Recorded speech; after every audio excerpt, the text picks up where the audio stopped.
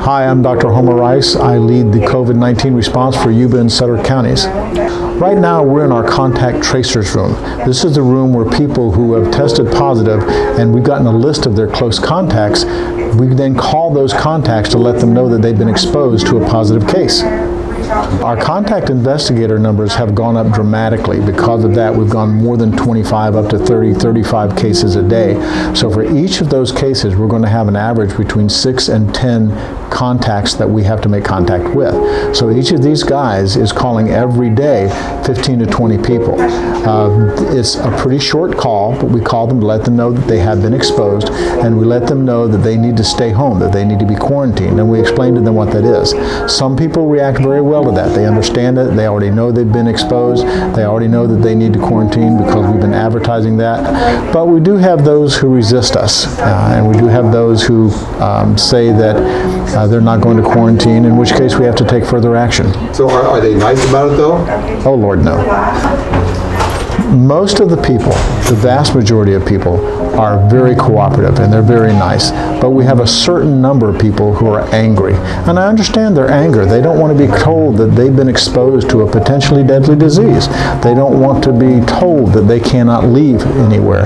But this is something that's for the good of the community. This is not just about you. It's not just about me. It's about the community. Because even though you may be young and you may be healthy and you may resist this disease fine, what about your 72-year-old grandmother or your great uncle that you haven't seen in a long time? Or if you go to work, what about if you go to work and there's someone there that you don't know who's immunocompromised, who may have leukemia or something else?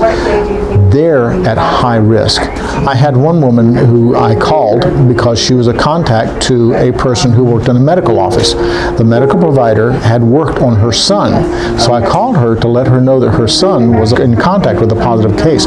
Before I could even finish my sentence, she started screaming at me and telling me that there was no way, in colorful language, that her son was in contact with anybody who was COVID positive. How dare I say she was in contact with someone COVID positive? They never went out. They stayed home. They did everything they were supposed to do. I finally got a word in and I said, "Ma'am, have you been to a doctor or a dentist lately?"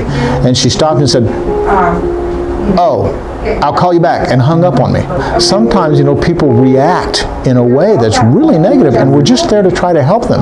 In her case, her son was exposed to a known COVID positive patient.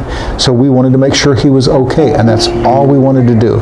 And she would hear nothing of it. It took me 3 calls to get her back. But I understand people are afraid. They're afraid that, of the disease. It's something that's unknown to them. But still, we're just here to help. We're just like you. We want our community to be safe. So, we really appreciate it when you're helpful to us.